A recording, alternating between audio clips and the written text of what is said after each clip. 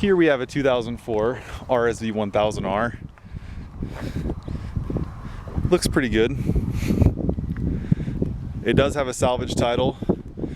You can see that it's been laid down.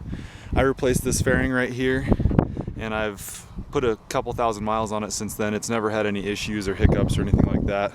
I'm the one that took it through state VIN inspection in Washington State, and since then I've been riding it.